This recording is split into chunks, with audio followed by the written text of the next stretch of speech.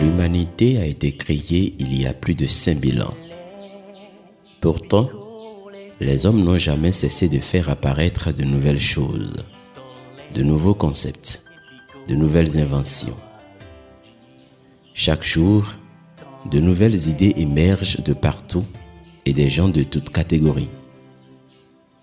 Cela prouve une chose: l'univers renferme une multitude de trésors, de connaissances et de champs inépuisables et de surcroît très variés. Aussi longtemps qu'il y aura la vie, l'homme ne cessera de faire des avancées significatives si bien sûr il le veut. Car il y a un réservoir infini à la portée de tous les humains. Pour chaque chose, il y a un réservoir. Pour chaque connaissance, il y a un réservoir. Pour chaque domaine, il y a un réservoir inépuisable. Pour chaque connaissance, il y a un réservoir qui ne peut être épuisé par un seul humain et en une seule existence. Toutes ces forêts, toutes ces eaux que tu vois, mais qui a chanté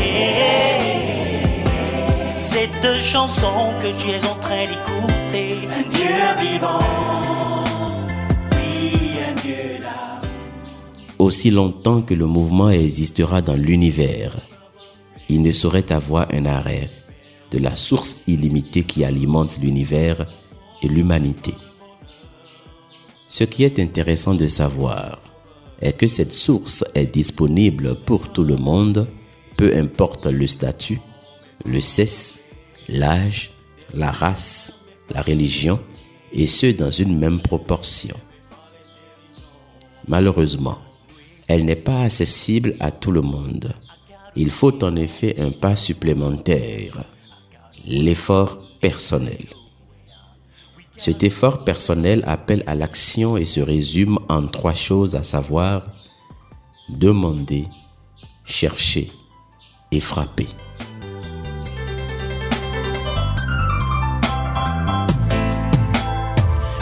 Mais qui a créé? Accéder à l'immense et inépuisable réservoir de l'univers n'est possible que lorsque nous savons demander de la bonne manière, chercher ce qui est nécessaire et frapper aux bonnes portes. C'est à ce prix qu'on peut entrer et nager dans l'inépuisable richesse et mystères de l'univers. Cela semble facile à première vue, et c'est vrai. Mais il faut bien le comprendre pour activer cette magie de la lampe d'Aladin. Tout au long des semaines à venir, nous découvrirons le processus de cette puissante notion formulée dans l'expression « Demandez et vous recevrez ». Cherchez et vous trouverez. Frappez et l'on vous ouvrira. Apprêtez-vous donc à demander. Apprêtez-vous à chercher. Et surtout, apprêtez-vous à frapper. C'était moi, Fumilayo Mohamed Dorego. À demain. Toutes ces montagnes et collines que tu vois, mais qui a possédé? Toutes ces forêts, toutes ces eaux que tu vois, mais... Open the floodgates in abundance and call your rain. Demandez et vous recevrez. Ne serait-il pas génial d'obtenir tout ce que l'on demande? Imaginez-vous, vous levez ce matin et vous dites « Je veux un bon café chaud » et ce café se pointe. Imaginez que vous dites « Je veux une voiture » et elle se pointe juste devant votre nez. Ne seriez-vous pas heureux si vous avez le pouvoir de rendre manifeste toutes vos demandes juste par un ordre? Un rêve, me diriez-vous. Pourtant, c'est exactement le pouvoir que le Créateur nous a donné. Chacun de nous a ce pouvoir. Il nous a fait à son image avec la capacité de faire de chacune de nos demandes un fait matérialisé. Je sais par expérience que, comme moi, vous avez eu à faire des demandes qui sont restées suspendues en l'air, comme si vous n'aviez jamais lancé une seule commande. Comment peut-on expliquer cela? Si nous avons le pouvoir de recevoir tout ce que nous demandons, alors pourquoi ne recevons-nous rien? Tous ces philosophes, prophètes et le Maître Jésus lui-même nous auraient-ils menti? Ce serait un outrage de l'affirmer à mon humble avis. Et si nous nous y prenons mal? Et si nous n'avions rien compris de ce principe simple? Ne serait-il pas temps de vider nos valises des préjugés reçus et des faux enseignements pour aller plus en profondeur?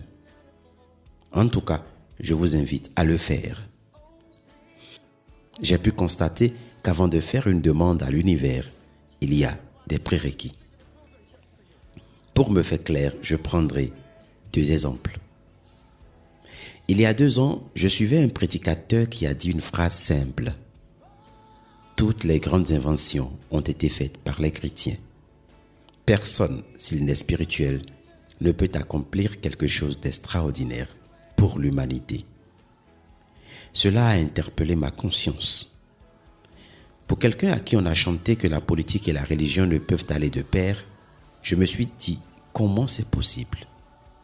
Puis un soir dans ma chambre au Ghana, je priais et j'ai dit, Seigneur, je ne sais comment, mais je sais que c'est possible en étant chrétien d'apporter un nouveau souffle à la politique et au développement sur la base de ce que ton serviteur a dit.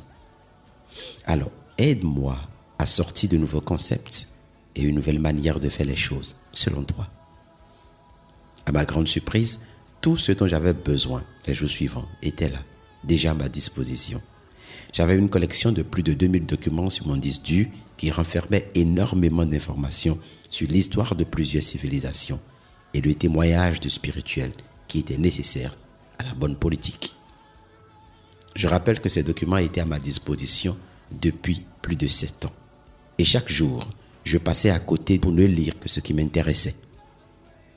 L'ouverture de cette conscience a donné vie à tout le reste et aujourd'hui, ce livre existe depuis bientôt 1 an. La semaine dernière, j'ai participé à un forum international de l'innovation Made in Africa au cours duquel la Banque mondiale a financé des projets de jeunes à hauteur de 75 millions de francs CFA. J'avais besoin de financement pour de très innovants projets, mais je n'avais pas l'information qu'il existait une telle source de financement. Résultat, malgré ma demande dans le spirituel, malgré mon engouement, je suis passé à côté d'une opportunité.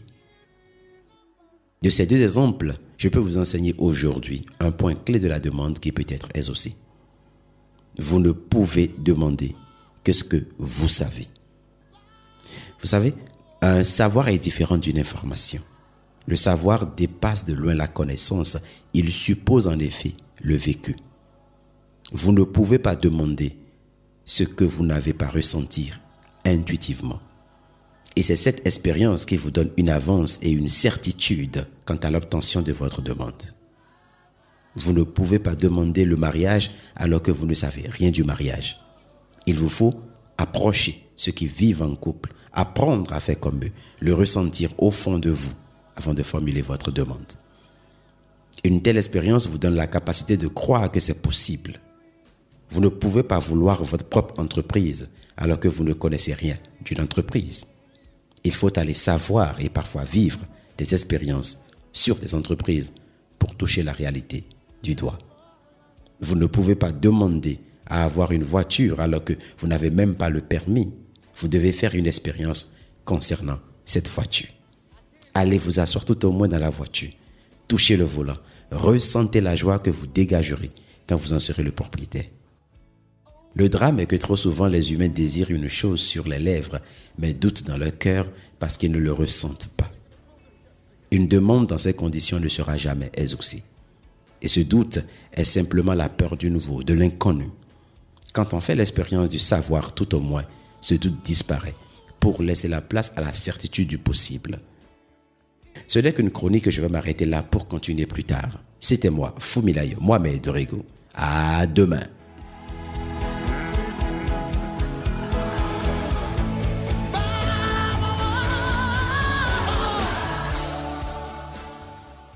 Open the floodgates in abundance. Demandez tout ce que vous voulez et vous le recevrez. Cela est possible, mais à condition de le ressentir intuitivement. Qu'est-ce que ressentir intuitivement? Ressentir intuitivement, c'est faire l'expérience d'une chose qui crée en nous un état émotionnel profond, comme l'angoisse ou la joie par exemple. Lorsqu'une demande est faite dans de pareils états, elle aboutit plus vite. Tayo prend la route un dimanche matin pour aller au culte. Tout bien sapé, sur sa moto, une voiture vient l'éclabousser. Tayo se sent embarrassé, à mi-chemin entre la colère et la déception. Si à ce moment il formule la demande d'une voiture, sur la base de son expérience et de ce qu'il a ressenti, il a de fortes chances que cette demande se matérialise car il l'a ressenti intuitivement. Cette demande n'a pas été formulée par fantaisie, mais sur la base d'une expérience qui a déclenché en lui une émotion et un besoin. Tayo l'a ressenti intuitivement. Si Kadi se retrouve au mariage d'une cousine et se laisse emporter par la beauté de ce qui s'y passe, si elle ressent une joie pure et noble, elle peut, par l'action de grâce, activer une demande qui se manifestera pour son propre mariage. Mais j'insiste, il faut que cette joie soit pure sans chercher à nuire aux autres. Beaucoup de demandes restent non exaucées parce que l'intention du départ n'est pas pure et sincère. Si ce que vous demandez n'est pas empreint d'amour, il se peut qu'elle ne se réalise jamais. Certaines personnes veulent gagner de l'argent juste pour démontrer leur force de frappe, narguer les parents, les amis. De telles fantaisies ne sont pas satisfaites par l'univers qui est régi par d'immuables lois divines. Et si vous faites attention, vous verrez que ressentir intuitivement fait appel à une autre notion indispensable, celle du besoin. Demandez toujours ce dont vous avez besoin. N'en demandez pas plus et faites-le en toute humilité. Trop de personnes demandent avec exigence, sûrement parce qu'elles se sentent en droit de le faire et parce que les motivateurs le chantent. Toutefois, il ne faut pas oublier que la demande est une requête et une requête ne saurait être présentée avec exigence. Elle doit être faite avec doléance. Quand on vient à exiger des choses de l'univers, donc de Dieu, on crée sans le vouloir un déséquilibre qui peut se transformer en une malédiction, alors qu'au départ, la demande est supposée être une bénédiction.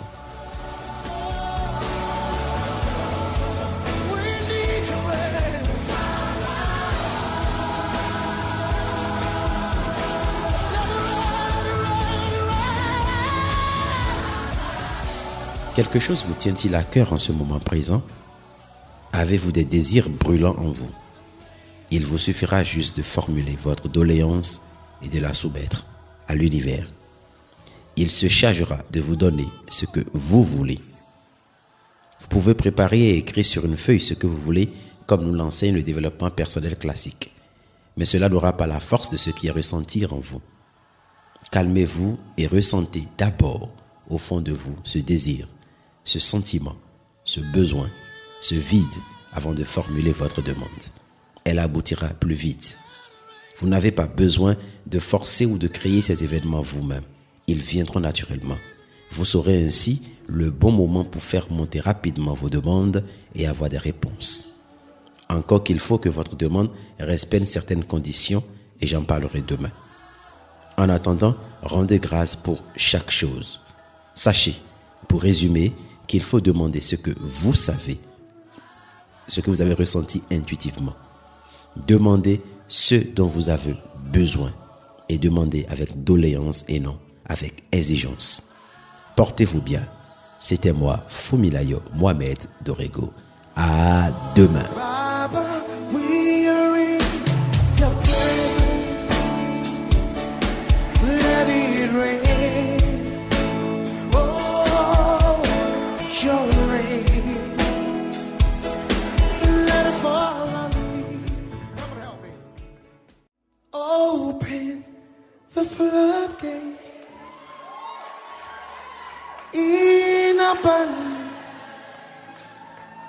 can cause your rain to fall.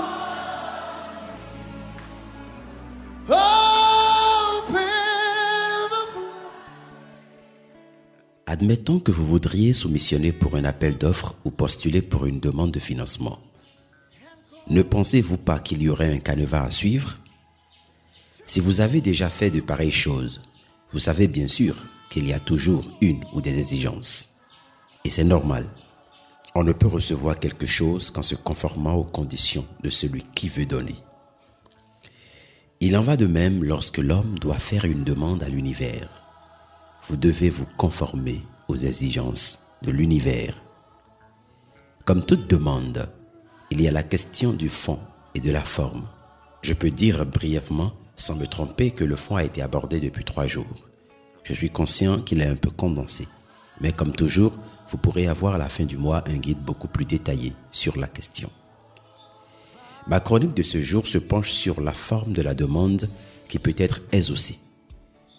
Pour qu'une demande atteigne le cœur dispensateur de l'univers et trouve une faveur, elle doit être faite dans certaines conditions.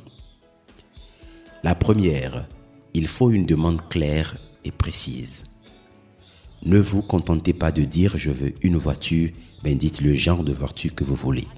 Donnez des spécificités propres à votre demande. Ne vous contentez pas de demander un homme ou une femme dans votre vie. Prenez le temps de décrire les caractéristiques attendues de votre futur conjoint. Plus vous donnez des détails, plus vous donnez la chance à votre demande de se réaliser.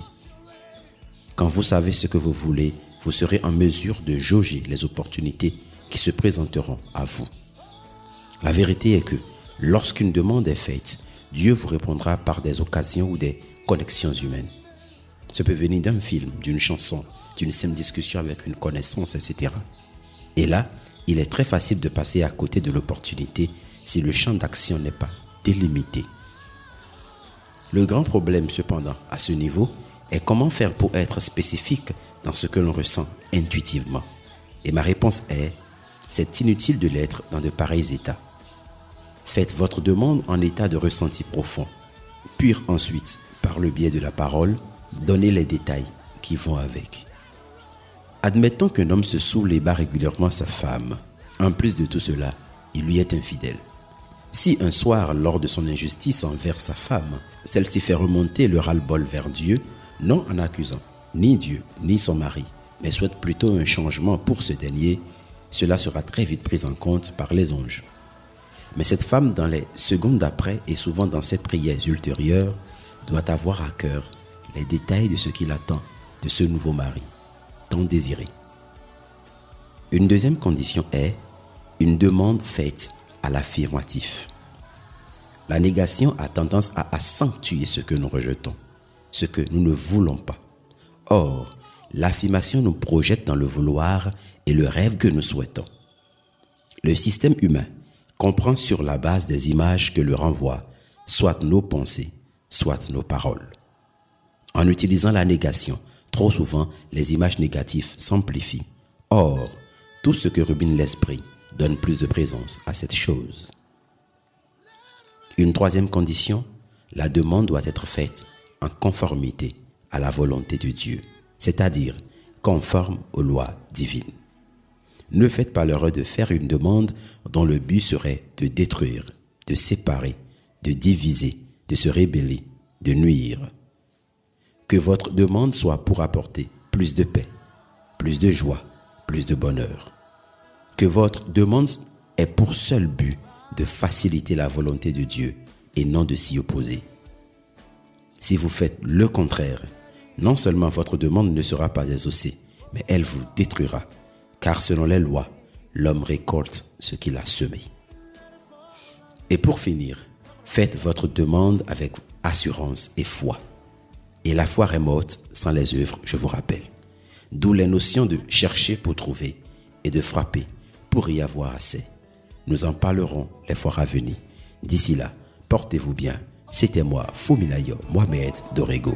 À demain. Come on, everybody. The louder you sing it, the closer it gets to you. Cause you're ready.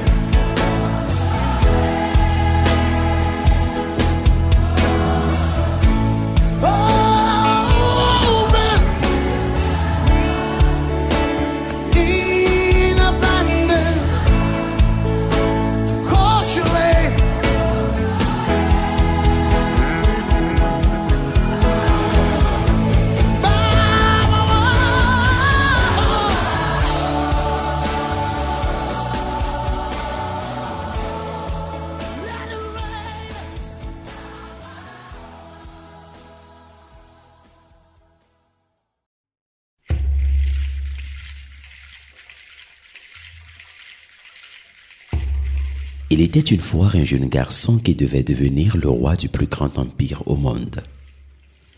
Non seulement il n'était pas l'aîné, mais il était aussi le rejeton d'une relation hors mariage. Ces deux choses constituaient déjà pour lui un blocage pour accéder au trône. Bien que son père, le grand roi, avait pris la résolution dans son cœur de faire de ce jeune homme le prochain roi, son frère aîné tenta de toutes les manières possibles de l'en empêcher. Le frère aîné se précipita, pendant que le père était gravement malade, presque à l'agonie, pour s'emparer du pouvoir. Sans aucune cérémonie officielle, il organisa une grande fête avec certaines personnes ressources du palais. Entouré à ses côtés de la plupart des membres du conseil royal, il annonça qu'il sera très bientôt le nouveau roi et invita tous ses convives à festoyer. Qui ne voudrait pas être dans les grâces du roi? Alors, tous se servaient et se mirent dans la danse. Pendant ce temps, un conseiller avisé qui n'était d'ailleurs pas invité à cette fête courut alerter le roi, qui était très vieux en âge, attendant simplement sa mort. Alors le roi a appelé les quelques conseillers qui lui sont restés fidèles et leur a ordonné de oindre son plus jeune fils roi sans plus attendre. C'est ainsi que de son vivant, le jeune garçon fut nommé roi et placé sur le trône de son père. On alla annoncer la bonne nouvelle dans tout l'empire et tout le monde s'y conforma, délaissant le frère aîné de peur d'être jugé de trahison. Quelques jours plus tard, le jeune roi a reçu la visite du plus grand prophète, celui dont la parole était considérée comme parole de Dieu, car tout ce qu'il dit se réalise instantanément. D'aucuns l'appelleraient Dieu. Il est en effet de coutume que le prophète réalise un vœu du roi nouvellement établi. Il demanda au nouveau roi de faire une demande et elle lui sera accordée. Le jeune roi n'hésita pas à sacrifier à la tradition. Contre toute attente, il ne demanda ni or, ni argent, ni bien matériel. Ce jour, il a demandé au prophète l'intelligence de discerner le bien du mal, afin de mener à bien sa fonction du roi. Le grand prophète, étonné et ravi à la fois de cette demande, regarda le jeune homme avec un air souriant et dit : « Puisque tel est ton vœu, et que tu ne désires point les viles choses de ce monde, je te donne intelligence sur intelligence. À partir d'aujourd'hui, tu seras compté parmi les plus sages du monde. Et en plus de tout ça, je te donne aussi la richesse et la gloire. » Le jeune roi reçut cette sagesse et gouverna pendant longtemps son peuple. Tout n'a pas été parfait, mais l'histoire a gardé son nom comme l'un des plus sages, mais aussi très riches rois que le monde ait connu. Cette histoire nous enseigne une chose capitale, le type de demande que Dieu agrée. L'univers peut en effet tout nous donner. Dieu veut que nous demandions tout. Mais il agrée une demande particulière, celle qui nourrit l'esprit par-dessus tout. Quand on demande ce qui peut rendre notre existence plus noble, plus tournée au service de l'humanité, lorsqu'on demande ce qui peut aider à avancer et à rendre le monde meilleur, cela réjouit le cœur de Dieu. Alors non seulement il nous le donne, mais il donne au-delà de notre attente. La parole a été claire. Ne vous inquiétez pas de ce que vous allez manger, boire ou porter, mais recherchez le royaume et sa justice en premier. Ma question ce matin est, voulez-vous voir vos demandes exaucées? Si oui, en quoi participe-t-elle à l'évolution de l'humanité?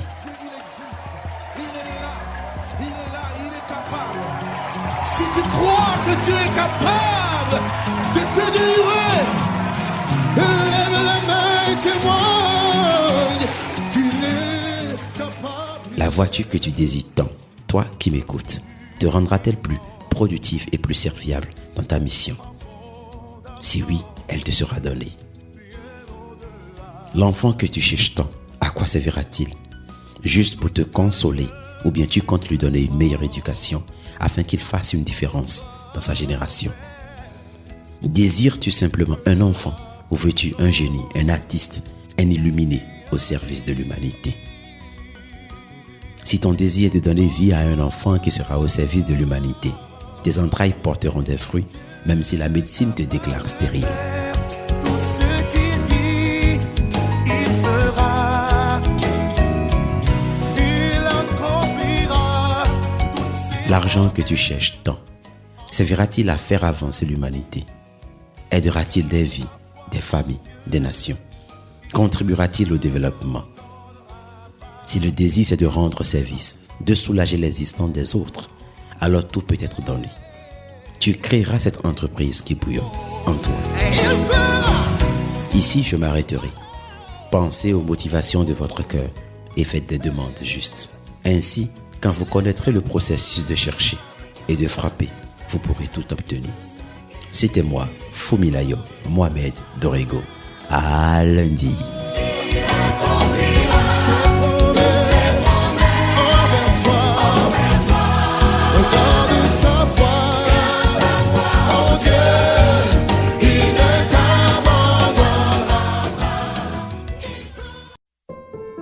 Garde la foi.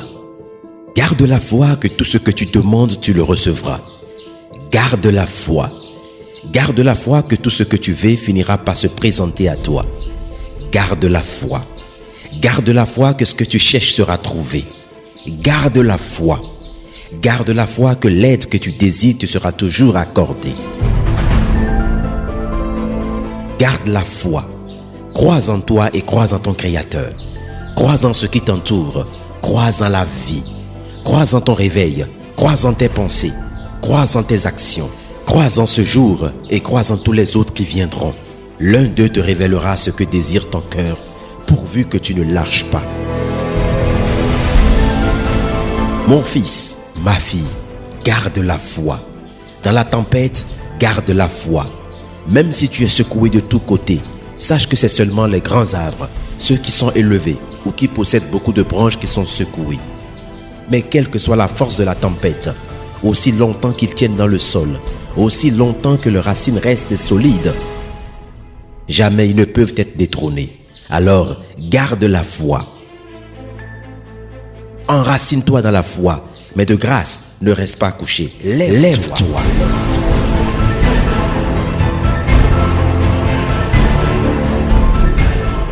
Garde la foi, mais ne reste pas assis. Reste debout. Garde la foi, mais ne reste pas statique. Sois en mouvement.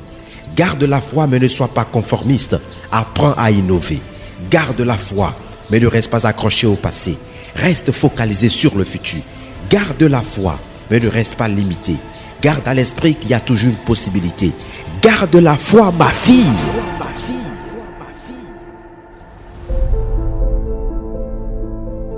Il n'y a pas un autre chemin pour accéder à l'inépuisable réservoir de l'univers. Quand tu demandes, tu dois te lever pour aller chercher. Quand tu demandes, il faut que tu ailles frapper à des portes pour avoir des réponses. C'est ainsi que tu recevras. Garde la foi et sois en action, car la foi sans les œuvres est morte.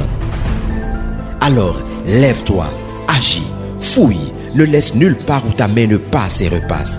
Cogne fort, cogne dur, blesse-toi s'il le faut, tombe s'il le faut, mais ne reste pas à terre. Relève-toi et continue ta marche. Tu as les capacités. En toi se trouvent des forces inestimables, parce que tu es le plus grand miracle du monde.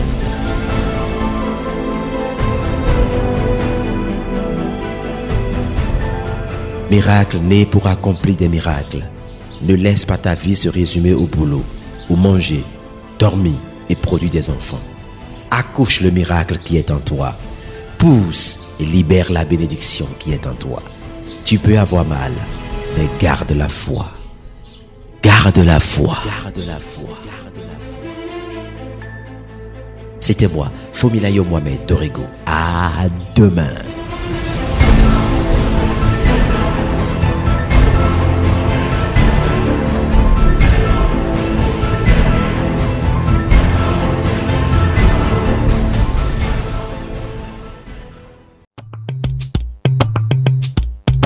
Les mystères que voit le succès. Gardez la foi, mais ne restez pas statique. Gardez la foi, mais soyez en mouvement. Parce que si vous ne bougez pas, Vous aurez beau faire une demande, vous ne recevrez rien. Non pas parce que l'univers ne veut ou ne peut vous donner ce que vous désirez, mais parce que vous faites preuve de paresse. J'aime bien cette chanson qui dit qu'un monsieur est allé consulter le marabout et ce dernier lui a dit qu'une bénédiction financière allait lui être donnée dans les jours à venir. Tout est cité, il rentre chez lui, se couche et attend patiemment la richesse. 1 jour, 2 jours, 1 semaine, et puis des mois se sont passés, mais rien n'est venu à lui, pas même 25 francs. J'espère que vous comprenez la raison. On ne peut rester chez soi dans son lit pour espérer obtenir quelque chose. Demander, c'est souvent formuler une requête. Et lorsque cette requête trouve un accord favorable, dans tous les cas, il nous est demandé de venir la chercher. Observez bien notre manière de réagir déjà entre humains. C'est toujours celui qui demande qui vient chercher. La même chose se passe dans le grand ensemble qui nous entoure. Admettons que vous aviez fait le vœu d'un appartement. Vous ne pouvez pas rester chez vous et l'avoir. Vous devez sortir pour aller chercher cet appartement. Vous devez en parler autour de vous pour voir les opportunités qui se présenteront à vous.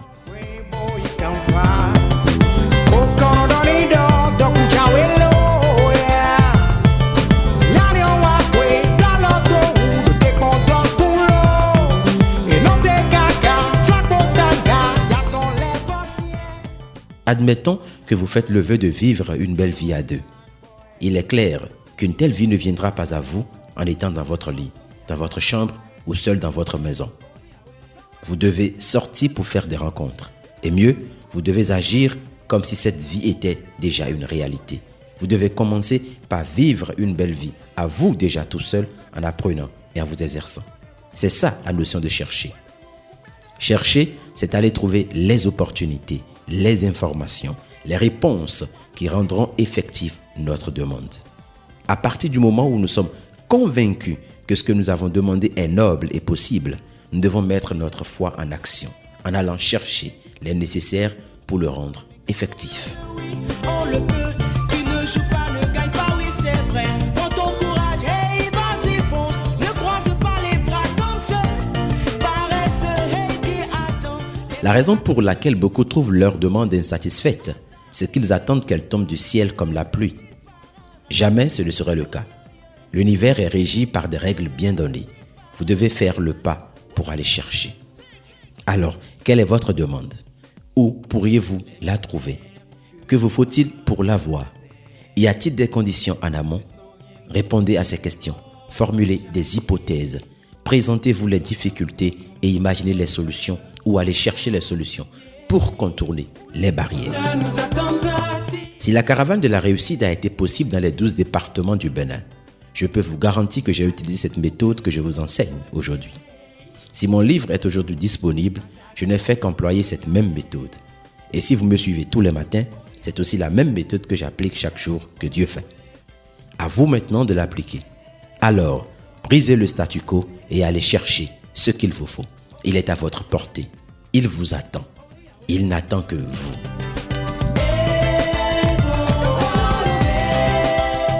C'était moi, Fumilayo Mohamed Dorigo. À demain.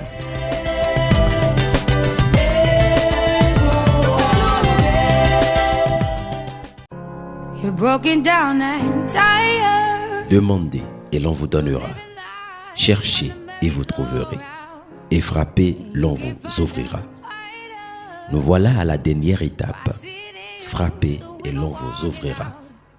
Que veut-on frapper? Que veut-on ouvrir? Certainement une porte. Mais qu'est-ce qu'une porte? La porte, c'est ce qui vous permet d'avoir une ouverture pour accéder à ce que vous voulez. Elle sépare généralement 2 lieux. Lorsqu'on ouvre une porte, on passe d'un point A vers un point B. Je peux dire que pour passer d'une dimension à une autre, il faut une porte. Mais dans notre contexte, la notion de l'on vous ouvrira nous donne un autre aperçu. Il est clair que la porte ne symbolise pas une entité objet, mais plutôt une entité humaine, fût-elle visible ou invisible. Autrement dit, la porte à laquelle il faut frapper, c'est trouver là où les bonnes personnes qui peuvent répondre favorablement à notre désir. En répondant favorablement à notre désir, elles sont en train de nous ouvrir des portes. Lorsqu'on fait une demande dont on est soi-même sûr et convaincu, il faut aller chercher les informations et les opportunités nécessaires. Et lorsqu'elles sont connues, il faut juste toucher les bonnes personnes pour recevoir les ossements. Et j'insiste, ces bonnes personnes ne sont pas déterminées par nous-mêmes, mais plutôt par notre recherche. Le drame, c'est que les gens se basent sur leurs propres relations, leurs propres connaissances, croyant pouvoir obtenir les ossements de leurs demandes. Si vos amis, vos relations pouvaient vous apporter un plus, elles l'auraient fait depuis. Si elles n'ont pas pu, c'est qu'elles ne pouvaient pas ou encore que ce n'était pas encore le moment. Peut-être parce que votre désir venait de naître ou parce que vous ne les saviez pas capables de vous aider. C'est uniquement lorsque votre recherche, vos informations, les opportunités indexent une personne spécifiquement comme étant la porte qu'il faut aller vers cette personne.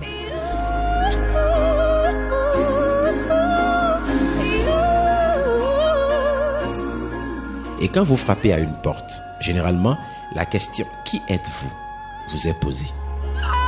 La question de l'identité se pointe.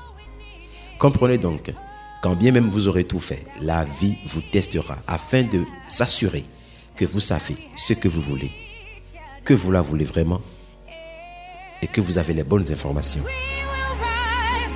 Sachant cela, vous pouvez même anticiper et savoir quoi dire et comment le dire. Ne pensez pas qu'il suffit de trouver la bonne personne pour que votre demande soit exaucée. Il va falloir vous présenter d'abord avant que la porte s'ouvre. Et si vous ratez la présentation, vous ratez aussi les ossements. Présentez-vous donc comme celui ou celle qui a fait une demande précise et parlez avec assurance, avec foi et conviction. Et comme par magie, la porte s'ouvrira et vous aurez accès à votre demande.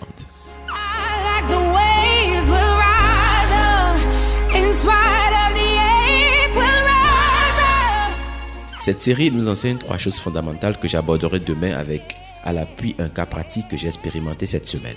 Prenez toute la série et réécoutez en attendant d'avoir le guide complet et plus détaillé. Portez-vous bien. C'était moi, Fumilayo Mohamed Dorego. À demain.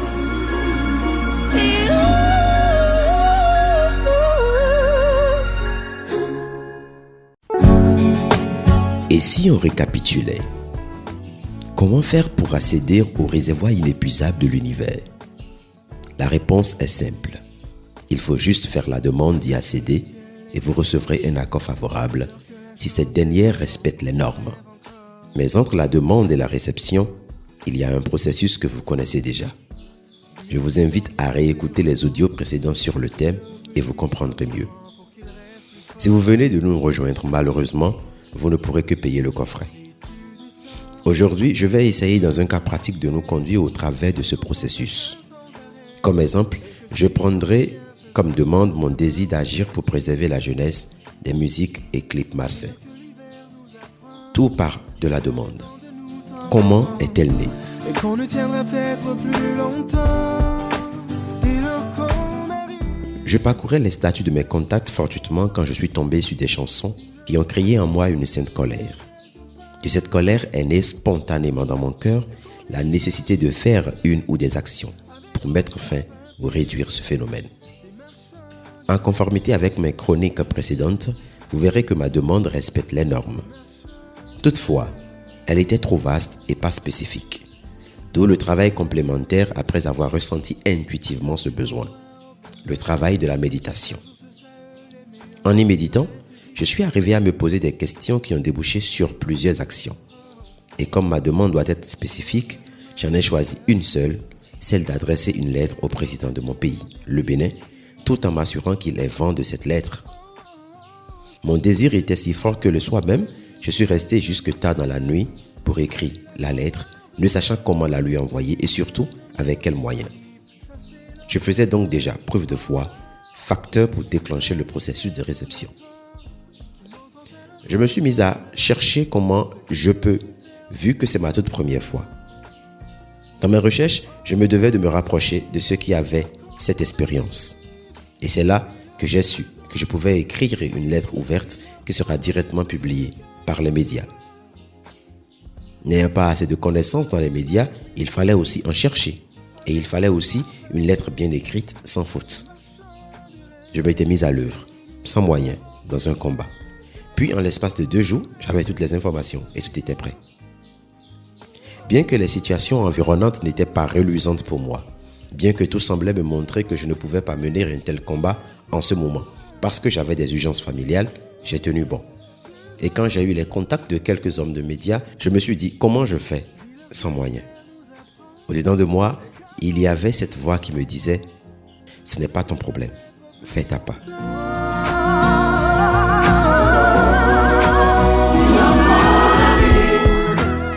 Alors toujours parce que je l'ai ressenti intuitivement, j'ai envoyé 2 de ces chansons les plus choquantes à tous ces contacts en prenant soin de me présenter et d'expliquer mon intention.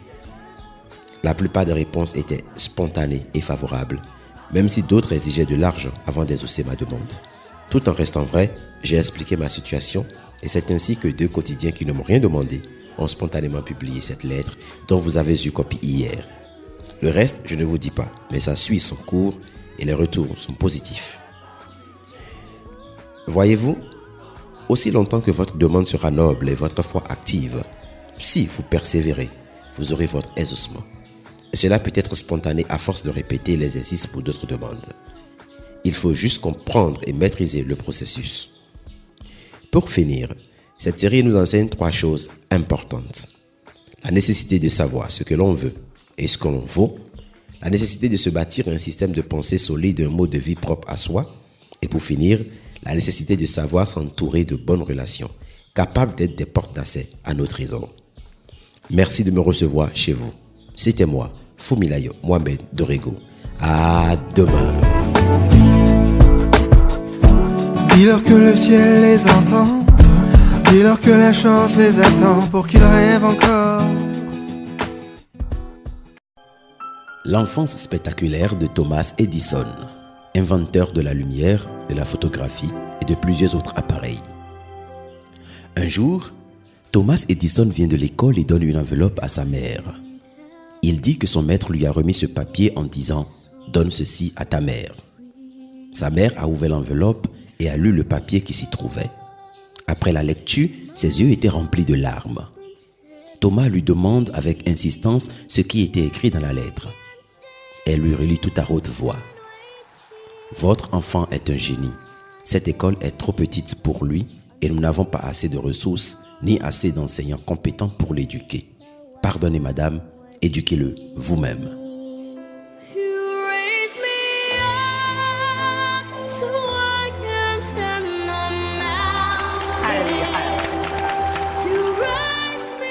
Comment se fait-il qu'une école rejette un génie? Ne devrait-elle pas au contraire le privilégier et le suivre? La suite de l'histoire nous donnera un meilleur aperçu.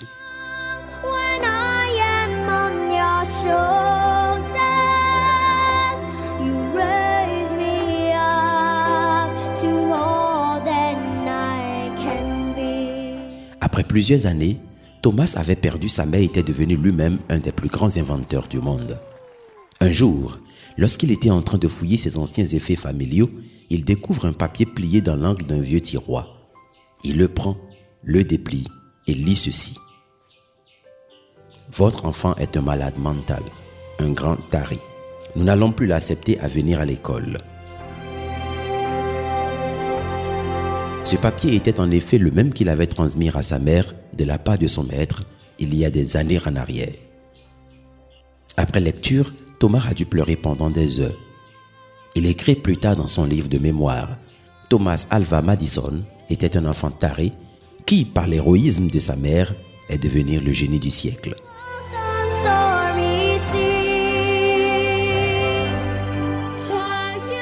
Cette histoire nous enseigne qu'il n'y a rien de plus noble que de vouloir le bon malgré le diagnostic du monde. Qu'on ait dit de vous incapable, stérile, insensé, stupide, raté ou encore trop rêveur, ce qui compte, c'est ce en quoi vous croyez. C'est ce qui détermine votre demande à l'univers qui vous donnera ce que vous désirez.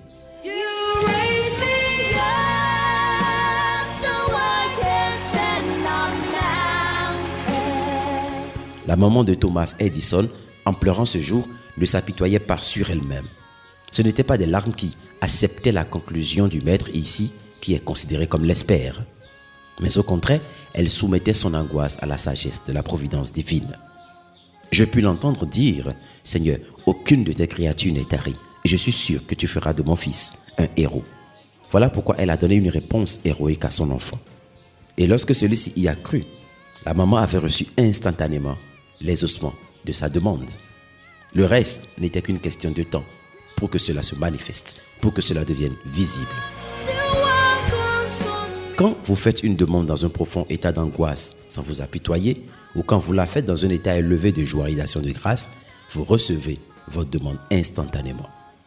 Le reste n'est qu'une question de temps et de volonté. Vous vous levez et vous agissez, en cherchant, en frappant aux bonnes portes. Persévérez le temps de la manifestation. N'abandonnez jamais.